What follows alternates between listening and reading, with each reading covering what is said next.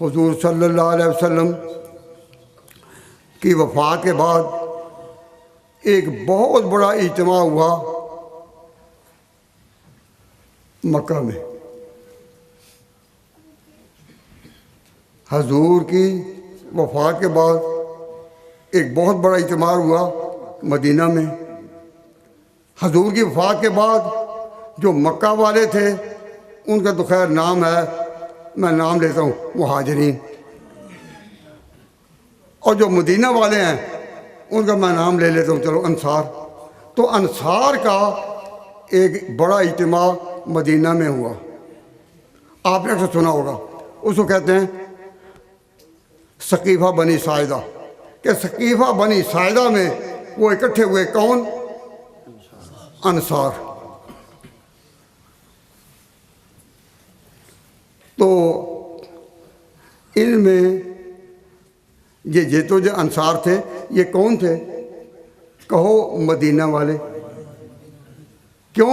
जो मक्का वाले थे उनका तो नाम और है ना, जो मक्का वाले थे उनका नाम मुहाजिरीन, लेकिन मदीना वालों का नाम क्या था? अंसार। तो मदीना वाले इकट्ठे हुए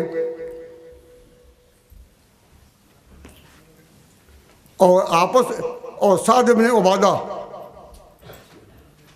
के उनके दालान में, उनकी हवेली में, उनके मरकज़ में वो जमा हुए सारे अंसार।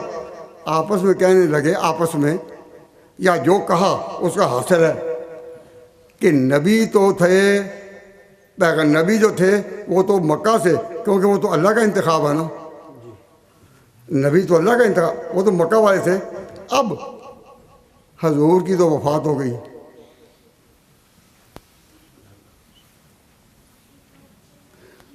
हुजूर की तो वफ़ात हो गई। अब एक कम्युनिटी, पूरी मुसलमानों की जो कम्युनिटी है, उसकी क़यादत के लिए हम आगे हों। कौन? अंसार। तो आपस में वो काहे के लिए बैठे थे? मैं उलमा हज़रात से सवाल करता हूँ कि वो अंसार वहाँ बैठे थे सकीफ़ा बनी साइदा में, बनु साइदा की छत के नीचे, काहे के लिए बैठे थे? बड़ा सादा जवाब है कि खलीफा चुने, भाई इसीलिए बैठे थे ना। आपका दिल क्या गवाही देता है? इसीलिए बैठे थे ना खलीफा चुने।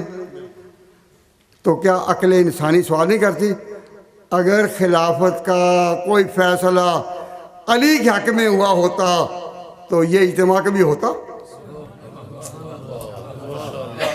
और कोई सोचो भाई, पूरे मुल्की सतह पर अगर किसी के कान में भी ये बात उतरी होती कि हुजूर एक तालाब के किनारे मन कुन तो मौला हो कहकर अली की खिलाफत का ऐलान कर गए हुए हैं, तो बनु अंसार, तो अंसार को सकीफ़ा बनी साइदा में इज्तिमा करने की कुछ हिम्मत होती? क्या वो सारे मुसलमान नहीं थे? मुसलमान थे। वो कभी वहाँ खिलाफ खलीफा चुनने के लिए, तो ये सकीफ़ा बनी साइदा का इज्तिमा पुकार पुकार कर कह रहा है कि उस वक्त तक ये आवाज़ कहीं ना सुनी गई थी कि हुजूर किसी को खलीफा मुकर कर चुके हैं।